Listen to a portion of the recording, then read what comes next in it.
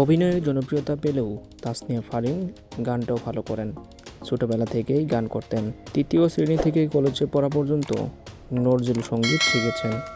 ইচ্ছা ছিল সঙ্গীত শিল্পী হওয়ার। পরবর্তী সময়ে অভিনয়ে পরিচিতি পাওয়ার কারণে গানে বেশি মনোযোগ দিতে পারেননি। তবে কোনো একদিন গান করবেন ভাবনাই ছিল তার।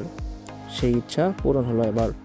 ঈদের বিশেষ ম্যাগাজিন অনুষ্ঠান ইত্যাদির মাধ্যমে গায়িকা হিসেবে অভিষেক হচ্ছে ফারিনের গাওয়া গানের শিরোনাম রঙে রঙে রঙিন হব। তার সঙ্গে দ্বৈত কণ্ঠ দিয়েছেন তাহসান রহমান। 2 মার্চ মিরপুর ইনডোর স্টেডিয়ামে গানটির চিত্র ধারণ করা হয়। কবির বকুলের লেখা গানটির সুর ও সঙ্গীত করেছেন ইমরান মাহমুদুল। ফারিন বলেন, প্রথম গান করলাম, তা আবার তাহসান ভাইয়ের সঙ্গে। প্রথম গানটি আমার জীবনে স্মরণীয় হয়ে থাকবে। ভিন্ন ধরনের গান হয়েছে এটি, উৎসবের গান, ফিল গুড টাইপ। আমার বিশ্বাস সব শ্রেণীর সাথে দর্শকের কাছে ভালো লাগবে গানটি। যাব রঙের দুনিয়ায়,